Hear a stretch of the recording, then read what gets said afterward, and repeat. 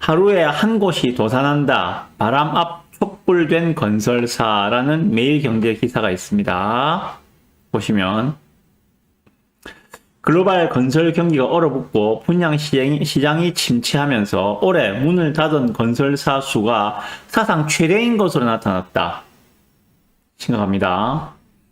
26일 국토부 자료에 따르면 올해 1월부터 9월 22일까지 종합건설업체 폐업 신고 건수는 모두 405건으로 집계됐다. 이는 작년보다 2배 많고 지난 2006년 이후에 최대치다라고 합니다. 전국적으로. 하루에 건설사 1.5씩 사업을 접었다는 의미라고 하고 있습니다. 실제로 구원건설은 최종 부도 처리가 되었다. 이번 달에도 대우산업개발과 동원개발이 회생 절차를 개시했다. 삼호건설과 굿모닝토건도 회생 절차를 밟을 예정이다.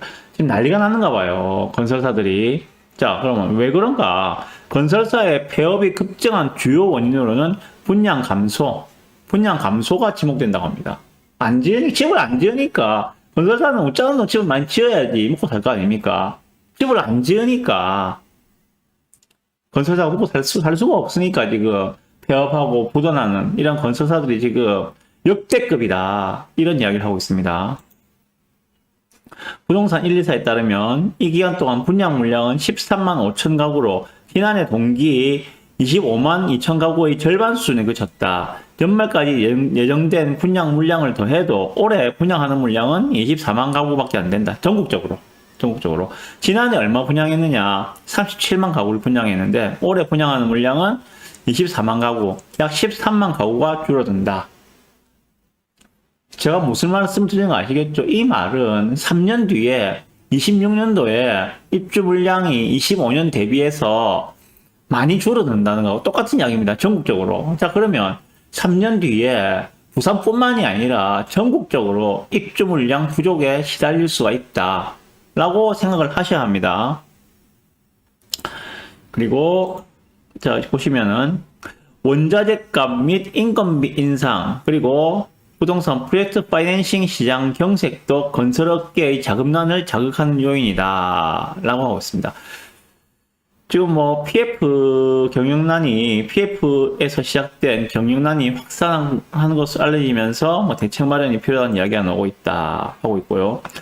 여기 보시면 공사 현장은 줄고 신규 수주도 없고 결국 건설 업체들이 폐업할 수밖에 없는 상황이다. 건설업 경기가 좋지 않다는 소문이 무성했는데 통계상으로도 그런 상황이 발견되고 있는 것. 통상적으로 그렇게 이야기 많이 하죠. 야, 건설사 폐업한다, 줄도산한다, 이런 이런 뉴스가 나오면은 무조건 집을 사라. 그리고 3년 뒤를 봐라. 이런 이야기 많이 들어보셨죠? 지금 현실화되고 있습니다. 역대급으로 지금 건설사들이 폐업을 하고 도산을 하고 있는 상황이 실제로 발생하고 있어요. 그 말은 앞에서 말씀했지만 3년 뒤에 공급이 부족한 것하고 똑같은 이야기입니다. 자, 그래서 나온 게 뭐였는가 하면은 이겁니다. 국토부에서 9월 26일 어제죠. 주택 공급 활성화 방안을 발표했습니다. 보시면 요거죠, 그죠? 국민 주거 안정을 위한 주택 공급 활성화 방안 해서 9월 26일 날 관계부처 합동으로 정부에서 발표를 했습니다. 원문도 있는데 뉴스 기사에 보면은 요약된 게 있으니까 요거 가지고 말씀드릴게요. 원문까지 볼 정도로 디테일한 내용이 없습니다. 자, 보시면 올해 들어 급격한 주택 공급 지표 악화로 향후 주택 공급난의 경고등이 켜지자 정부가 심혈을 기울인 주택 공급 활성화 대책을 내놨다라고 하고 있습니다. 예, 앞에서 보셨죠, 그죠? 지금 하루에 한 곳이 도산한다. 건설사들이 지금 난리예요. 그러다 보니까 정부에서 3년 뒤에 공급 부족이 뻔히 보이는 거죠. 그러다 보니까는 안 되겠어. 이대로 가다가는 3년 뒤에 26년이잖아요. 27년에 대통령 선거가 있는데 대통령 선거 전에 3년 뒤에 집값 부족으로 주택의 공급 부족으로 집값이 들썩이는 그런 사태를 막겠다는 그러한 시그널들을 보이면서 어저께 대책이 나왔습니다. 근데 특별한 게 없어요, 보면은. 자, 여기 요약행 내용이 있는데, 보시면은, 주택 공급 활성화, 공공주택 공급 확대 방안. 지금 주로 이야기하는 게 공공주택을 공급 확대하겠다. 뭐 이런 이야기를 많이 하고 있습니다. 보면은, 공급 물량을 확대하겠다. 총 지금 12만 가구 규모의 공공주택을 공급을 하겠다라고 하고 있는데, 원래 있던 거에서 약 5만 5천 호를 더 추가해서 12만 호를 공급하겠다. 그럼 원래 공공주택 공급하기로 했던 것들이 6만 5천 가구였어요. 6만 5천 가구에서 5만 5천 가구를 더 얻고, 묶고 더블로 가라고 하는 그런 말 있죠, 그죠? 완전 더블로. 그러니까 6만 5천에서 5만 5천 더 해가지고 12만 공급하겠다. 어디에? 상기 신도시를 지금 예정된 물량에다가, 거기다가 그 공간 안에 뭐, 녹지를 좀 더 줄이고 이런 방식으로 해서 3만 가구를 더 짓겠다. 그리고 민간에서 공공 전환을 5천호를 하겠다. 신규 택지를 8만 5천 가구를 지을 수 있는 신규 택지를 수도권에 개발을 해서 짓겠다. 그 어디 지을 거냐? 요거는 11월 달에 발표를 하겠다. 이 내용입니다, 지금. 공급 대책이라는 게. 이건 이제 물량에 대한 공급 대책인데, 그 외에 좀 빨리 진행할 수 있도록 지방공사의 공공주택 사업은 타당성 검토를 면제를 해주겠다. 뭐 이런 이야기들. 그리고 3기 신도시를 좀 빨리 진행하겠다. 뭐 없어요. 실제로 내용이 특별한 게 없어요. 다만 지금 보이는 게 지금 신규 택지를 조성하겠다. 3기 신도시도 아직까지 착공 들어간 데가 없죠. 이제 뭐 보상 완료되고 착공한다는 뭐 이야기만 나오고 있는데, 3기 신도시, 문재인 정권에서 그렇게 야심차게 발표했던 3기 신도시, 뭐, 25년까지는 뭐 들어가서 살 수 있게 해주겠다 했던 그 3기 신도시, 시작도 안 했는데, 이건 거의 8만 5천 가구를 더 짓겠다는, 이 신규 택지 개발하겠다는 거는 거의 뭐 4기 신도시라고 보셔도 되겠죠, 그죠? 예. 규모는 작지만은, 하여간에, 뭐 이런 식으로 지금 공급을 하겠다는 것들입니다. 조금 더 말씀드리고, 제 이야기를 드릴게요. 민간주택 공급을 확대하겠다. 위에서 보신 거는 공공주택입니다. 그죠? 공공주택 12만 가구를 넣겠다.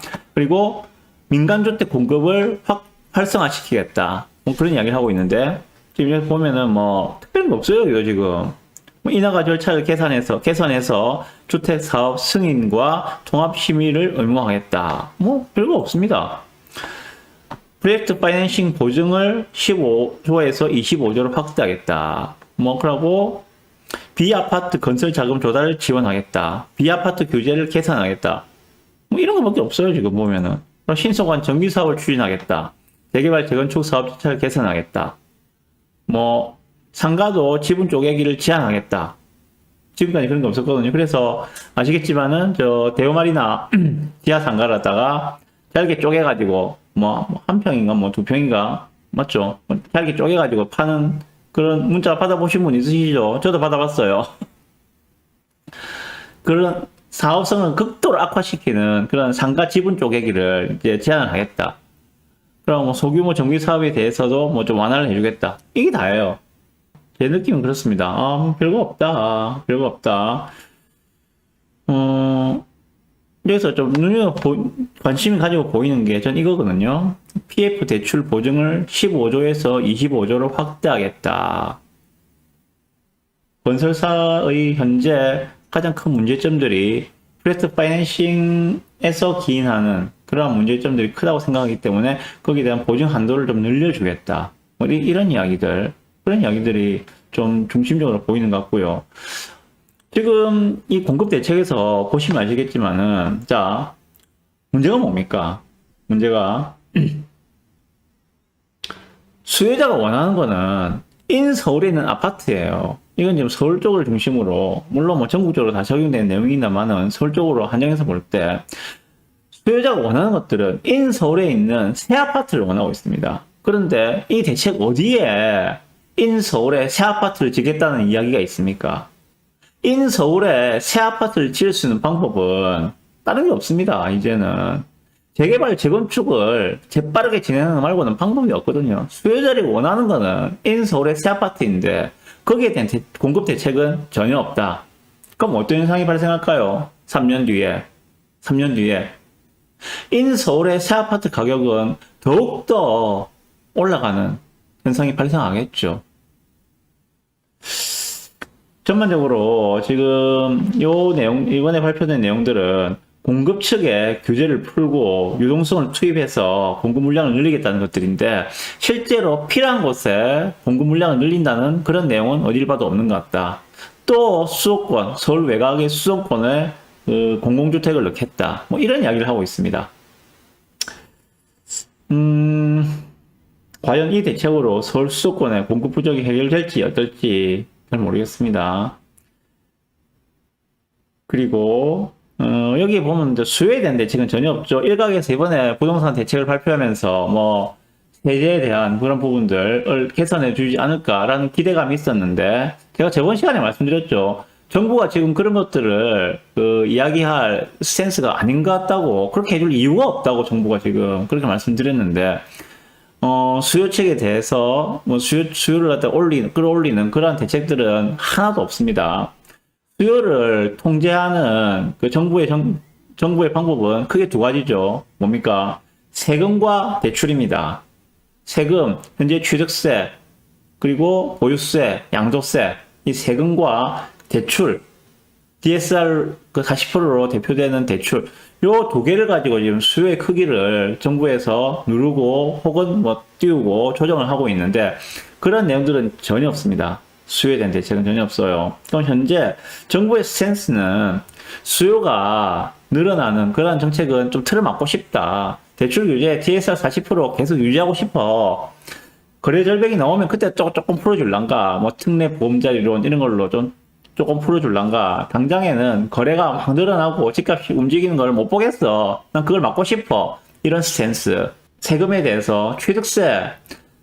그 3주택부터는 아직까지도 취득세가 8% 아닙니까? 요거 풀어줄 생각 별로 없는 것 같아요. 당분간 없는 것 같아요. 일단은 조금 많이 기다리실 것 같다. 그런 것들이 풀리려면은. 그래서 제가 보건대 어저께 발표된 916 부동산 주택 공급 종합 대책은 결국은 건설사를 살리기 위한 건설사 살리기 대책이다.